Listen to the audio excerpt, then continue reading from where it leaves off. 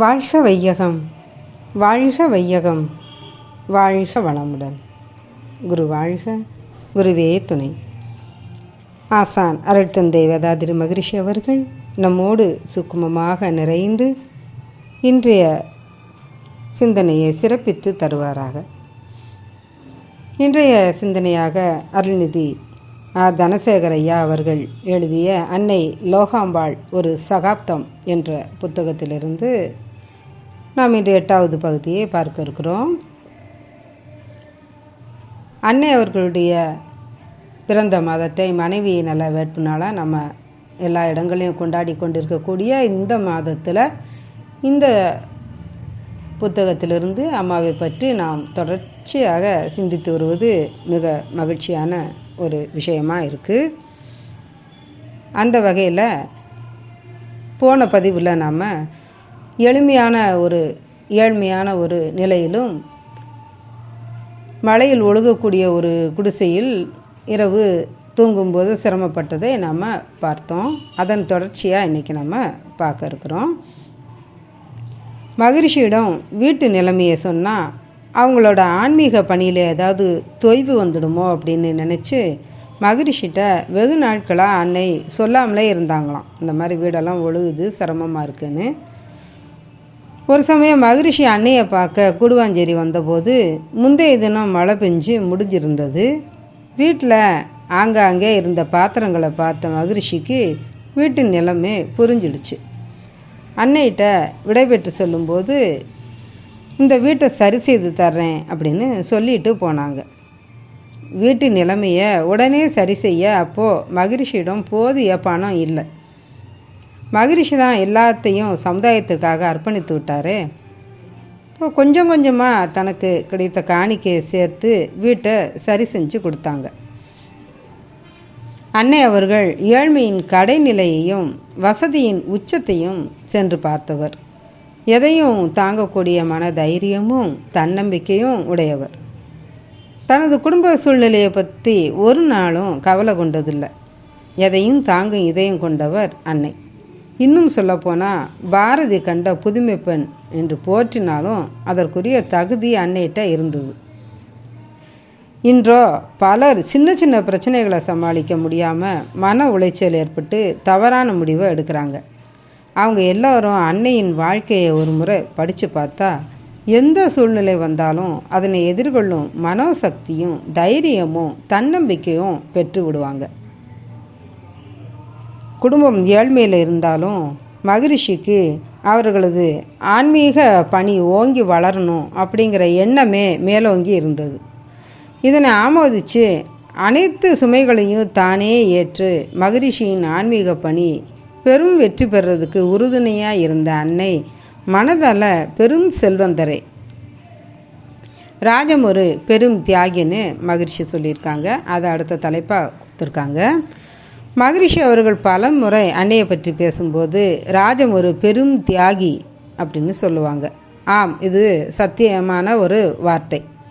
தனது அன்பான கணவனை உலக மக்களுக்கு தத்துவ ஞானியாக தத்து கொடுத்து அதனை கண்டு பெரும் ஆனந்தத்தில் மூழ்கிய அன்னையை பெண்ணினத்தின் தியாகி என்று சொல்வதை யாராலும் மறுக்க முடியாது. தனக்கே எல்லாம் வேணும், தன்னை தவிர வேறு எவருக்கும் எதுவும் கிடைச்சிவிடக்கூடாது என்ற எண்ணம் மட்டும் அன்னையிடம் இருந்திருந்தால் இன்றைக்கி நமக்கெல்லாம் அருட்தந்தை கிடைத்திருக்க மாட்டாங்க. மகரிஷி அவர்கள் ஒரு குடும்பம் மகிழ்ச்சியாக இருக்க வேண்டுமானால் கணவன் மனைவி இருவரும் விட்டு கொடுத்தல், தியாகம், சகிப்புத்தன்மை இம்மூன்றையும் கடைப்பிடிக்கணும் அப்படின்னு அறிவுறுத்துவாங்க. அவரின் கூற்றுக்கு ஏற்ப அன்னை வாழ்ந்து சாதித்து காட்டியிருக்காங்க. இடர்பாடுகளும் இன்னல்களும் வந்தபோதும் எதிர்த்து போராடிய வண்ணம் வாழ்க்கையை பஞ்சினும் லேசாக மதித்து புன்னகை பூத்தபடியே வறுமையிலும் செம்மையாக வாழ்ந்து கணவனின் முன்னேற்றத்திற்கு உதாரணமாக வாழ்ந்து காட்டியவர் அன்னை லோகாம்பாள் அவர்கள். அன்னையின் அம்மன் கோவில். மகரிஷியும் அன்னை லோகாம்பாளும் வாழ்ந்த இல்லத்தின் தெருவில் ஒரு அம்மன் கோவில் உண்டு. அந்த கோயிலின் பெயர் வேம்புலியம்மன் கோவில். அந்த கோவில் அன்னையின் இல்லத்திற்கு ரொம்ப அருகிலேயே இருக்குது. மகரிஷி பாலகனாக இருந்தபோது அவரது தந்தை கோயிலுக்கு தினமும் போய் பூஜை செய்கிறது வழக்கம். ஒரு நாள் காலையில் வழக்கம் போல் கோயில் கதவை திறந்து அம்மனுக்கு பூஜை செய்ய முற்படும்போது அங்கே ஒரு நல்ல பாம்பு படம் எடுத்து நின்றுக்கிட்டு இருந்தது. அந்த பாம்பை எப்படியா இது விரட்டிட்டு நம்முடைய பூஜையை செய்யணும் அப்படின்னு அந்த பாம்பை விரட்டி அடிக்க முயன்றார். ஆனால் அந்த பாம்பு அங்கே இருந்து நகரவே இல்லை. மகரிஷியின் தந்தைக்கும் மனதில் ஒரு பெருங்கவலை எழுந்தது. நான் ஏதோ தவறு செஞ்சிட்டேன், அதனால தான் அம்மா நின்று பூஜை செய்ய விடாமல் தடுக்கிறாரு. அம்மனிடம், அம்மா தாயே, நான் ஏதாவது தவறு செஞ்சிருந்தா என்னை மன்னிச்சிடுங்க. நான் தெரியாமல் ஏதாவது தவறு செஞ்சுருந்தா நான் இப்போதே என் நாக்கை அறுத்துக்கிறேன் அப்படின்னு பக்கத்தில் பழங்களை நறுக்குவதற்காக வச்சிருந்த கத்தியை எடுத்து தன்னோட நாவை அறுத்து கொண்டாராம். பொதுவாக நாக்கு அறுபட்டால் மீண்டும் நாக்கு வளராது அப்படின்னு சொல்லுவாங்க. ஆனால் மகரிஷியின் தந்தைக்கு மீண்டும் நாக்கு வளர்ந்தது. மீண்டும் முன்பு போல பேச ஆரம்பித்தார். அந்த நிகழ்ச்சிக்கு பிறகு மகரிஷியின் வீட்டுக்கு நாக்கறுத்தான் வீடு அப்படின்னு பட்ட பெயர் வந்துச்சு. யாராவது மகரிஷியின் வீட்டுக்கு வழி கேட்டால், ஓ நாக்கறுத்தான் வீடா, இந்த வழியாக செல்லுங்கள் அப்படின்னு சொல்லுவாங்க. மகரிஷியின் பெற்றோர்கள் அந்த அம்மனிடம் பெரும் பக்தி உடையவர்களாகவே அவர்கள் மூச்சு உள்ளவரை வாழ்ந்தாங்க. அன்னை அவர்கள் அந்த அம்மனுக்கு எப்போதுமே தன் வீட்டில் நடக்கும் நல்ல காரியத்தில் அம்மனையும் தன் வீட்டு பெண்ணாக நினைத்து அம்மனுக்கு புடவை எடுத்து அணிவிச்சு மகிழ்வாங்க. அன்னை அவர்கள் அடிக்கடி அந்த அம்மனை பற்றி தன்னுடைய குடும்பத்தாரிடம் உரையாடுவது உண்டு. வேம்புலி அம்மன் நம் வீட்டு பெண் அப்படின்னு அடிக்கடி சொல்கிறது உண்டு. அங்கே இருக்கும் நல்ல தெய்வீக சக்தி மகரிஷிக்கும் அன்னை லோகாம்பாள் அவர்களுக்கும் மற்றும் குடும்ப உறுப்பினர்களுக்கும் இன்றும் ஒரு பாதுகாப்பு கவசமாக இருந்து செயல்பட்டுக்கிட்டு இருக்கு. அன்னையே ஆட்கொண்ட மகான். அடுத்த தலைப்பு, மகரிஷி வீட்டில் ஒரு வேப்பமரம் இருந்தது. வீட்டு வேலையெல்லாம் முடித்த உடனே அனைவரும் அமர்ந்து வேப்பமர காற்றை அனுபவித்தவாறு பேசிகிட்டு இருக்கிறது வழக்கம். அப்படி ஒரு நாள் மகரிஷி வீட்டில் உள்ளவர்கள்ட்ட உரையாடி கொண்டிருந்தார் மகரிஷி அவர்கள். 2 அன்னையர்களும் மகரிஷியின் பக்கத்தில் இருந்தாங்க. அப்போது யாரும் எதிர்பார்க்காதவாறு காற்று பலமாக வீசிச்சு. யாருக்கும் சட்டுன்னு ஒன்றும் புரியலை. அந்த காலத்தில் இப்படி காற்று பலமாக வீசினா ஏதோ பேய் பிசாசு வரும் அப்படின்னு ஒரு நம்பிக்கை இருந்தது. லட்சுமி அம்மாளுக்கும் இது போன்ற எண்ணம், ஏதோ கெட்ட ஆவி வந்துடுச்சோ அப்படிங்கிற ஒரு அச்சம். அப்போது ஒரு மகானின் தூய ஆன்மா அன்னை லோகாம்பாளை ஆட்கொண்டது. மகரிஷியிடம் அந்த மகான் பேசத் தொடங்கினார்.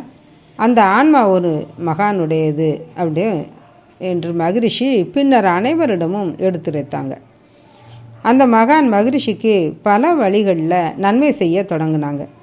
அதை பற்றி மகரிஷி அவர்கள் தன் வாழ்க்கை விளக்கம் என்ற புத்தகத்திலையும் குறிப்பிட்டிருக்காங்க. மகரிஷி ஒவ்வொரு முறையும் வெளிநாட்டு பயணம் செல்வதற்கு முன்னாடி தவறாமல் அந்த மகானிடம் உத்தரவு வாங்கிய பின்னர் தான் பயணத்துக்கு ஏற்பாடு செய்வாங்க. அப்படி அந்த மகான் அன்னையை ஆட்கொள்ளும் போதெல்லாம் அன்னையின் குரல் சற்று மாறுபடும், ஒரு கனத்த குரலோடு இருக்கும். அப்படி மகரிஷி அந்த மகானிடம் உரையாடுவதை குடும்ப உறுப்பினர்கள், நெருங்கிய மனவளக்கலை அன்பர்கள் அடிக்கடி கேட்டிருக்காங்க. மகரிஷியிடமும் எந்த ஒரு தீய சக்தியும் நெருங்க விடாமல் அந்த மகான் அன்னை மூலமாக பார்த்துக்குவாங்க. இத்துடன் மகரிஷி அவர்களுடைய வீட்டில் நடந்த பல விஷயங்கள் இந்த பதிவில் சொல்லப்பட்டிருக்கு. இதற்கு அடுத்ததாக பார்த்தோன்னா, உள்ளுணர்வில் பல உயிர்களை அன்னை அவர்கள் காத்திருக்காங்க அப்படின்னு சொல்லி போடப்பட்டிருக்கு. அந்த பகுதியை நாம் அடுத்து வரக்கூடிய நிகழ்வில் பார்க்கலாம். இன்று இத்துடன் இந்த சிந்தனையை நிறைவு செய்து கொண்டு மீண்டும் அடுத்த பதிவில் சந்திப்போம். வாழ்க வளமுடன்.